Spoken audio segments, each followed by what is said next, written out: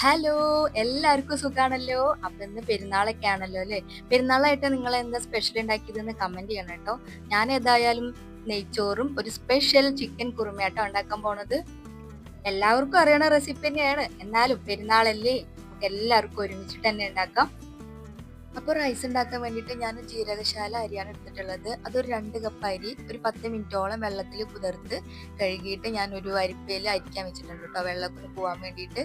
ഇനി ഒരു ബിരിയാണി പോട്ട് വെച്ചിട്ടുണ്ട്. അതിലേക്ക് 2 ടേബിൾ സ്പൂൺ ഓയിലും 1 ടേബിൾ സ്പൂൺ നെയ്യും ചേർത്ത് കൊടുത്തിട്ട് അണ്ടിപ്പരിപ്പും കിസ്മിസും ഒന്ന് ഫ്രൈ ചെയ്തെടുക്കാം.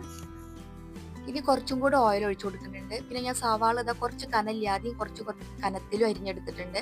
അതിൽ ആ കനമില്ലാതെ അരിഞ്ഞ സവാള ഞാൻ ഓയിലിലേക്ക് ഇട്ട് കൊടുത്തിട്ട് ഒന്ന് ഫ്രൈ ചെയ്തെടുക്കുന്നുണ്ട്.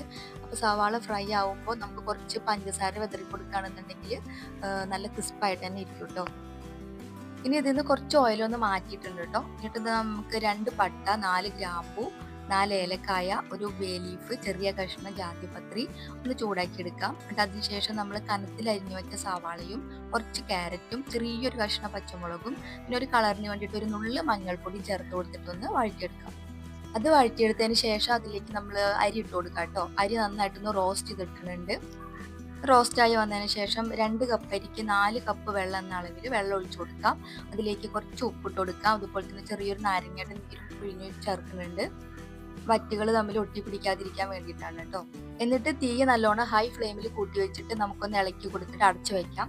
ഒരു 2 മിനിറ്റ് കഴിയുമ്പോൾ തുറന്ന് നോക്കുമ്പോൾ ഇതുപോലെ അരിയും വെള്ളവും കൂടി ഇങ്ങനെ കുഴഞ്ഞ രൂപത്തിലാക്കി.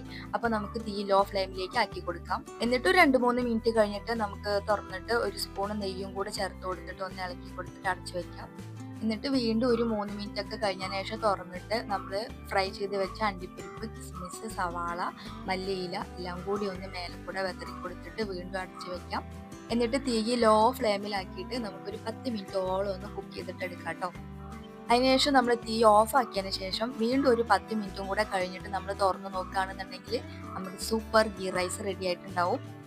ഇനി നമുക്ക് ചിക്കൻ കുറുമ ഉണ്ടാക്കാം അല്ലേ? അപ്പൊ ഞാൻ ചിക്കൻ കഴുകിയിട്ടൊക്കെ അവിടെ വൃത്തിയാക്കി വെച്ചിട്ടുണ്ട് കേട്ടോ. അപ്പൊ ഞാനൊരു ചട്ടി വെച്ചിട്ടുണ്ട്. ചൂടായിട്ട് വരുമ്പോൾ ഒരു സ്പൂൺ വെളിച്ചെണ്ണ ഒഴിച്ചു കൊടുത്തിട്ടുണ്ട്. അതിലേക്ക് വെളുത്തുള്ളി, ഇഞ്ചി ചതച്ചത് രണ്ടും കൂടെ ചേർന്ന് ഒരു ടേബിൾ സ്പൂൺ ഉണ്ടാവും, അത് ഇട്ട് കൊടുക്കുന്നുണ്ട്. ഒരു പച്ചമുളക്, കറിവേപ്പിൻ്റെ ഇല എല്ലാം കൂടി ഒന്ന് നന്നായിട്ട് വഴറ്റിയെടുത്തതിന് ശേഷം സവാള, ഒരു മീഡിയം വലിപ്പത്തിലുള്ള സവാള കേട്ടോ, നീളത്തിൽ അരിഞ്ഞെടുത്തത്, അതും ചേർത്ത് വഴറ്റിയെടുക്കുക. പിന്നെ ഇതിലേക്ക് അധികം പുളിയില്ലാത്ത അധികം പഴുക്കാത്ത തക്കാളി ഉണ്ടാവുമല്ലോ, അത് ഒരെണ്ണം ചെറുതാണ്, അതും കൂടെ ചേർത്ത് കൊടുത്തിട്ട് നന്നായിട്ട് വഴറ്റിയെടുക്കുക കേട്ടോ. എന്നിട്ട് നമുക്ക് കഴുകി വെച്ച ചിക്കൻ അതിലേക്ക് ഇട്ട് കൊടുക്കുക. ചിക്കൻ അതിന്റെ ഒപ്പം തന്നെ നമുക്ക് ഒരു പൊട്ടാറ്റോ ഇതുപോലെ കട്ട് ചെയ്തിട്ട് അതും ചേർത്ത് കൊടുക്കുന്നുണ്ട്.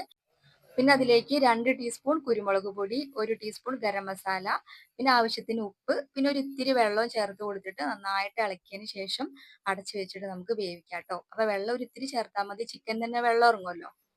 അപ്പൊ ചിക്കൻ വേവുമ്പോഴത്തേക്ക് നമുക്ക് അതിന് വേണ്ട അരപ്പുണ്ടാക്കാം. അപ്പൊ അതിലേക്ക് ഞാനിതാ ഒരു അരമുറി തേങ്ങ ചിരകിയതും 1 ടീസ്പൂൺ പെരിഞ്ജീരകം, വലിയ ജീരകാട്ടോ.